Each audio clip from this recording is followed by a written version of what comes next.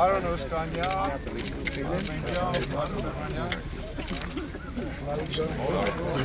մեր ժողովուրդը մեր հույսերա կապում մեր դաշինքից, որը պետք է մենք կարողանանք իրականացնել։ Որտեղ է բազին կդիմի։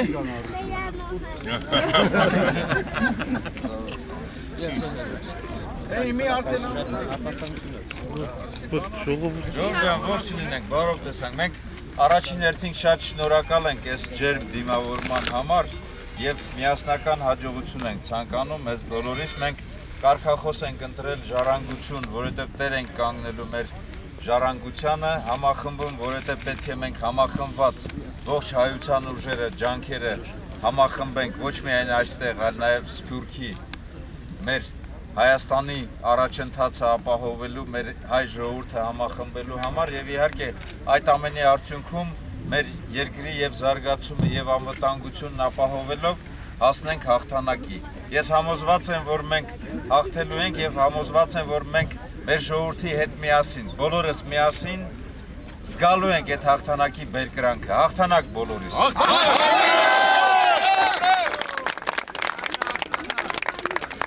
Asa. Նկարած։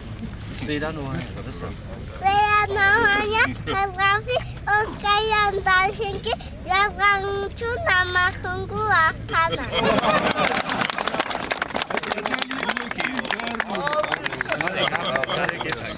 Համար մեծ պատիվ է այս տարածաշրջանում գտնվելը, մենք ձևավորել ենք դաշինք եւ դաշինքի կազմով եւ նաեւ տեղի ռեյտինգային պատգամավորական տեխնատուների հետ միասին հանձինս նաև պարոն Մելքոնյանի, որը որ ձեր համայնքի, ձեր համագյուղացին է։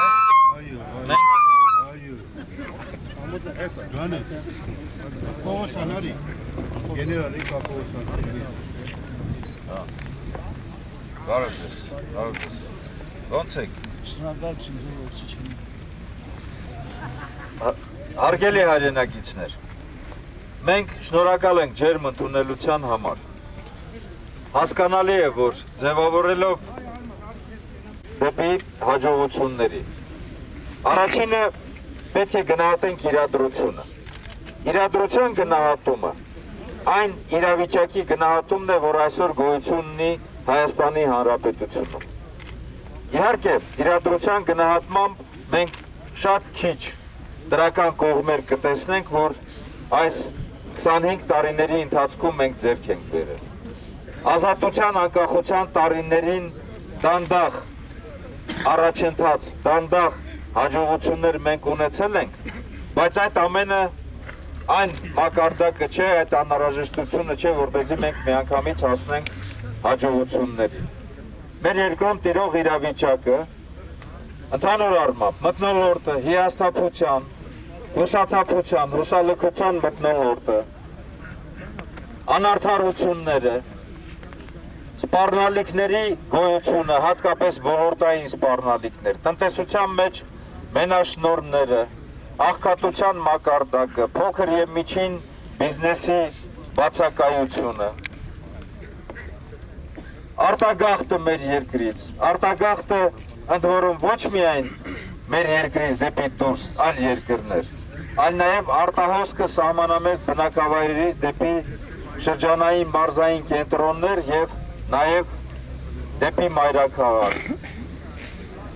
ժողովրդագրական խնդիրները, այդ ամենը թույլ են տալիս մեզ ասելու,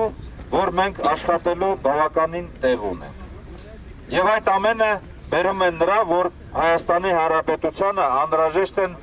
կտրուկ, արագ փոփոխություններ։ Դանդաղ կերպով շարժվելը մեր հայրենիքի համար չէ, մեր ժողովրդի համար չէ։ Աշխարհագրական դիրքը, ռազմաքաղաքական իրավիճակը, անվտանգության միջավայրը, սպառնալիքները, որոնք որ գոյություն ունեն մեր տարածաշրջանում, մեզ ստիպում են, որպեսզի մենք արագ որոշումներ ընդունենք։ Եվ այս դաշինքը նաև տեղում մեր համակիրների, գաղափարակիցների, ռեյտինգային թեկնածուների, պարոն Մելքոնյանի, որը որ ձեր համերկրացին է, նպատակ ունի արմատական բարեփոխումներ իրականացնել։ Արմատական բարեփոխումներ սկսած սահմանադրական փոփոխություններից եւ նաեւ կառավարման համակարգի մեջ կտրուկ փոփոխությունները, նոր մշակույթի ձևավորումը, որտեղ կառավարման համակարգում հին մշակույթը, ռազմավարական որոշումների ընթացակարգերը, ժողովրդի հետ շփվելու ձևը, գաղափարական աշխատանքը, հաշվետվողականության բացակայությունը ժողովրդի առջև թույլ են տալիս մեզ ասելու, որ այս ամենը արդյունք է հենց կառավարման համակարգի մեջ գոյություն ունեցող թերությունների։ Մենք շփվել ենք ժողովրդի հետ, մենք գիտենք ժողովրդի ցավը, մենք գիտենք այն բոլոր դժվարությունները, որ կան նաև այս տարածաշրջանում։ Մենք նաև շփվել ենք կառավարման համակարգում գտնվող մարդկանց հետ, ներսից տեսնելով։ Շատ-շատերի հետ մենք նաև գործընկերներ ենք, մտերիմներ ենք, մեր համար անձերը չեն, որ կարևորություն ունեն մեր երկրի առաջընթացը ապահովելու համար։ Մեր համար արմատական բարեփոխումներ են պետք։ Մեր համար քաղաքական էլիտայի փոփոխությունը պետք, ըստ էության իշխանափոխություն է պետք, որովհետև իշխանությունը, որ երկար տարիներ գտնվում է ղեկին, լճանում է, ուզում է միայն լավ բաներ տեսնել եւ չի տեսնում այն բոլոր թերությունները, որոնք որ կան, բերում է նրան, որ նաեւ անհրաժեշտություն են առաջանում փոփոխություններ իրականացնելու եւ քաղաքական էլիտաները մեկը մյուսին փոխելով, մեկը մյուսի դրականի եւ բացասականի վրա հենվելով պետք է կառուցեն իրենց ապագան։ Եվ երկրորդ ամենակարևոր սպառնալիքը մեր մոտ քաղաքական, տնտեսական եւ վարչական լծակների սերտաճումն է, որը որ բերում է ոչ անարդարության մթնոլորտի։ Առաջինը սա իրադրության գնահատմամբ։ Արդյոք այսօր իրավիճակն այնպիսինն է, որ մենք կարող ենք կորորեն այսօրվա իշխանությունների հետևից գնալ եւ ասել, մենք ձեզ վստահում ենք, դուք շարունակեք կառավարելը։ Իհարկե ոչ։ Դրա համար անհրաժեշտություն է առաջանում միանշանակ փոփոխությունների եւ այդ փոփոխությունները այսօր պահը ընտրված է եւ եթե մենք չկարողանանք իրականացնել, մենք մեր երկրի ապագան չենք կարող տեսնել ավելի բարեկեցիկ եւ ավելի անվտանգ իրավիճակում։ Երկրորդը իհարկե այն ուժերն են, որոնք որ հայտ են ներկայացրել իրավիճակի հետ մեկտեղ։ Մենք ձևավորել ենք դաշինք եւ դաշինքի մեջ անհատներ են, որոնք որ մեծ ճանապարհ են անցել, մեծ փորձառություն ունեն։ Ռաֆի Հովանիսյանը եւ նրա թիմի կազմում Արմեն Մարտիրոսյանը բարեխիղճ, համեստ, ազնիվ անձնավորություններ, ըմբոստ մարդիկ եւ մեծ վստահություն ձեռք բերած մարդիկ։ Այնտեղ որտեղ որ թեժ իրավիճակ է, այս մարդիկ այնտեղ են գտնվում։ Վարդան Օսկանյանը մեր դիվանագիտական դպրոցի հիմնադիրը մեր դիվանագիտության մեջ հաջողության արդյունքում մեր երկրի վարկը, արժանապատվությունը բարձրացնողը, Ղարաբաղյան հարցում ինքնորոշման հարցը ամրագրող անձնավորություններից մեկն է։ Եվ բացի դրանից, այս վերջին ժամանակահատվածում շփվելով մեկը մյուսի հետ միասին մենք գտել ենք մեկը մյուսի մեջ նաև լավագույն մարդկային հատկանիշներ, որը որ չափազանց անհրաժեշտ է մեր այսօրվա իրավիճակում մեր մարդկանց մեջ բարոյահոգեբանական լավագույն մթնոլորտ ձևավորելու համար։ Իմ ծառայությունը բանակում դուք ինքներդ կարող եք գնահատել, ես գտնում եմ, որ երկար տարիներ մենք ծառայել ենք բանակում եւ նաեւ որոշ ժամանակահատված, երկար ժամանակահատված գեներալ լեյտենանտ Գագիկ Գուրգենի Մելքոնյանի հետ ենք մենք ծառայել եւ մենք բանակային գործընթացը դրել ենք ռազմավարական պլանավորման հենքի վրա եւ բանակը այսօր որպես կայացած կառույց ապահովում է իր առջև դրված խնդիրները։ Բայց միևնույն ժամանակ մենք բանակի ներսում տեսնում ենք, որ ինքներս սպառել ենք մեր բոլոր հնարավորությունները, մեզ բանակին պետք է ամուր թիկունք, ամուր տնտեսություն, որպեսզի հնարավորություն տանք նաև այդ տնտեսությունը որպես զենք մեր ժողովրդի ձեռքին տալ, որպեսզի ժողովուրդը բանակի հետ միասին զենքով միասին կռվեն, արարեն եւ անվտանգության եւ զարգացման համար ամուր հենք ստեղծել։ Երրորդը ինչպիսի կերպարներ են այդ մարդիկ։ Մեզանից ոչ մեկի մոտ, ոչ մեկի մասին երբևիցե չեք լսի։ Սրա նրա զավակները, բարեկամները,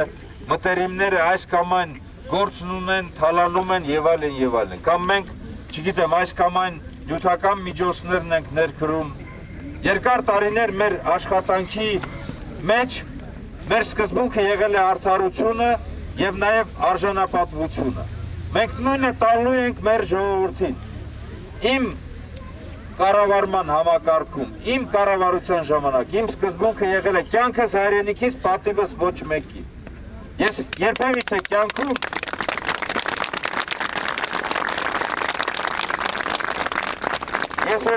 կյանքում իմ պատիվը ոչ մեկին չեմ տա։ Միայն ու միայն երկնային զորագլուխը կարող է տիրապետել յուրաքանչյուր մարդու արժանինքները։ Եվ նույնը ես ամեն ինչ անելու եմ, որպեսզի լինի յուրաքանչյուր մարդու մոտ։ Մարդու ազատությունները ամենագերակայողն են լինելու։ Խոսքի, դավանանքի ազատության հետ մեկտեղ մարդուն մենք ազատություն ենք տալու կարիքից, վախից։ Ամենաբարձր սեփականությունը մարդու համար լինելու է նրա անձնական արժանապատվությունը եւ մենք ժողովրդի հետ միասին համակայել քայլելու ենք, ձեր հետ միասին տանելով ամեն ինչը, ցավը։ Եվ ես գտնում եմ, որ հարգելի ժողովուրդ, մենք միասին պատերազմի տարիներին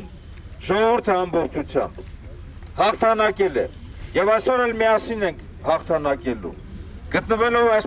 պատասխանատու վայրում, այս գեղատեսիլ վայրում, Սևանի ավազանում, հատկապես իմանալով այն բոլոր դժվարությունները, որ մեր ժողովրդի մոտ կան, մենք յուրաքանչյուր ոլորտում այսպես ռազմավարական վերանայումներ ենք իրականացրել եւ շարունակելու ենք տնտեսության զարգացման համար համապատասխան պայմաններ ստեղծել։ Միայն մի քանիսի մասին ես օրինակ ասեմ հետեւյալը։ Տնտեսության մեջ մեր փոքր եւ միջին բիզնեսը ցածր մակարդակի վրա է գտնվելու։ Մենք 5 տարով մինչև 60 միլիոն շրջանառություն ունեցող գործարարներին ազատելու ենք բոլոր տիպի հարկերից։ Մենք պայքարելու ենք մենաշնորհների դեմ,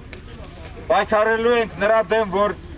բիզնեսը կուտակված է շատ քիչ մարդկանց ձեռքին։ Փոքր եւ միջին բիզնեսի զարգացմամբ մենք հնարավորություն ենք ընձեռնելու, որպեսզի միջին խավը ձևավորվի եւ դրանով իսկ նաեւ պայմաններ ստեղծելու աղքատության մակարդակը ցածրացնելու համար։ Մենաշնորհի դեմ պայքարը սկսելու ենք սահմաններից, որովհետեւ սահմաններում, մաքսակետերում են արտոնյալ պայմաններ ստեղծում մենաշնորհների ձևավորման եւ գերշահույթների շնորհիվ այդքան մեծ քանակությամբ միլիարդներ Հայաստանի Հանրապետությունից արտահանելու դեպի այլ երկրներ, փոխանակ դրանք օգտագործելու մեր երկրի համար։ Ժողովրդագրական առումով փորձելու ենք բարձրացնել, նպաստել, բարձրացնել ծնելիության մակարդակը։ Երեխաների ծնվելու համար, առաջի երեխայի համար 100,000, երկրորդի համար 500, երրորդի համար 1 միլիոն, չորրորդի համար 2 միլիոն։ Բացի դրանից մայրական կապիտալի սկզբունքն ենք ներդնելու, չորրորդ երեխայի ծնվելուց հետո միանվագ 3 միլիոն դրամ է տրվելու յուրաքանչյուր ընտանիքի, որպեսզի իրենք տնօրեն, եւ ամսական հատկացվող 18,000 դրամը բարձրացնելու ենք մինչև 30,000 դրամի, ընդ որում 3 տարով անկախ նրանից մայրը աշխատում է, թե չի աշխատում։ Մեր փրկության, մեր անվտանգության իր որդիներին ուղարկել է առաջի գիծ կռվելու համար։ Այսօր հաղթանակում է այն տատը, որը որ թոնրի մոտ հաց է թխում, եւ այդ տաք հացը մատուցում մեզ բոլորիս։ Այսօր հաղթանակում ացի մուրճը ձերքին այդ կոշտացած, սրբացած ձերքերով այն հայտ տղամարդը, որը որ ապահովում է մեր առաջընթացը։ Հաղթում է ու հաղթելու է, իհարկե, մեր ազգը դաստիարակող, սովորեցնող, կրթող, բուժող, ուսուցիչն ու բժիշկը, իհարկե նաև ամենամեծ հաղթանակը այսօր մեզ պարգևում է կուրծքը հակառակորդին դեմ տված Հայաստանից քաղտածներ են, բայց մենք մի ժողովուրդ ենք եւ հավատացեք մեծ հնարավորություններ ունենք։ Այն ինչ այստեղ ասվեց, տնտեսական զարգացման, երկրում իրավիճակի փոփոխության, բոլորը իրական են, հնարավոր է այդ բոլորը անել։ Մենք դատաբարդված չենք այսպես ապրելու։ Այսօրվա այս մեր վիճակի միակ, ոչ թե հիմնական, միակ պատճառը իշխանությունների անկորձությունն է, անկարողությունն է, նրանց անդարբերությունն է, նրանց չի հետաքրքրում ժողովրդի վիճակը, հավատացեք այս բոլորը հնարավոր է փոխել։ Ես ուզում եմ այս դաշինքի մեջ դուք նաև տեսնեք հայ ժողովրդի միասնության խորհրդանիշը։ Ռաֆի Հովհաննեսյանը ես լինելով Սփյուռքից, առաջի երկու հայրենադարձները լինելով անկախությունից անմիջապես հետո, մենք հավասարապես իսկական հայաստանցիներ ենք։ Մենք նաև մեր դիվանագիտական ամբողջ ջանքերը դրել ենք Արցախի ազատագրման եւ դրա միջազգային ճանաչման խնդրում։ Սեյրան Օհանյանը Արցախում զոհաբերության սեղանին է դրել իր առողջությունը։ Եղել է մեր երկրի պաշտպանը։ Նա իսկական արցախցի է, իսկական հայաստանցի է։ Ես կարող եմ վկայել, Սփյուռքում ունի մեծ հարկանք։ Այնպես որ այս մեր երեքի մեջ տեսեք իսկապես մեր ժողովրդի միասնության խորհրդանիշը։ Մենք կկարողանանք իսկապես համախմբել մեր ժողովուրդը, ստեղծել արդար համազգային պետություն, որտեղ կհամախմբենք բոլորին եւ Հայաստանը կդարձնենք իսկապես համայն հայության, աշխարհասփյուր հայության ընդհանրական տունը եւ մեր ժողովրդի վերջնական հանգրվանը։ Գնացեք ապրիլի 2-ին համար 8-ը վերցրեք, մի ամուր ցեվով ցեզ ցայնը դվեք այս դաշինքին եւ վստահեցնում եմ ցեզ երբեք չեք ուշմանելու։ Շնորհակալություն։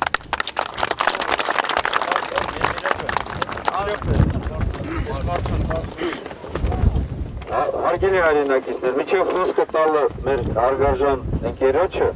ես միայն մեկ բան ավելացնեմ, երևի թե մեր այսպես սխալը ուղղեմ, այստեղ համոզելու մարդ չկա, բոլորը մեր կողմնակիցներն են, մնում է որպեսզի մեր գաղափարները տարածենք մնացածի վրա, շնորհակալ եմ ձեզ։ Նաշտ եմ տալիս, ոչ, աջակցում են, ինչ է այդ ֆոնդերը որտեղ է գնում, այդ Ամերիկայից, որ 200 քանի միլիարդ դոլար ուղարկեց Կորյան Հայաստանին, ինչ արեցիք ես ամբողջ մեր հասարակության համար, մենք ընդհանրապես ձայն չունենք, որտեղ մեզ անկախ եմ տանից ում կյանանք դիմենք, ով լինի պաշտոնի, ասում եմ աղբեր ջան, մենք քեզ ընտրել ենք, ասում եմ դու, որ ում ընտրել ես կնա դրանից էլ հաց ուզա,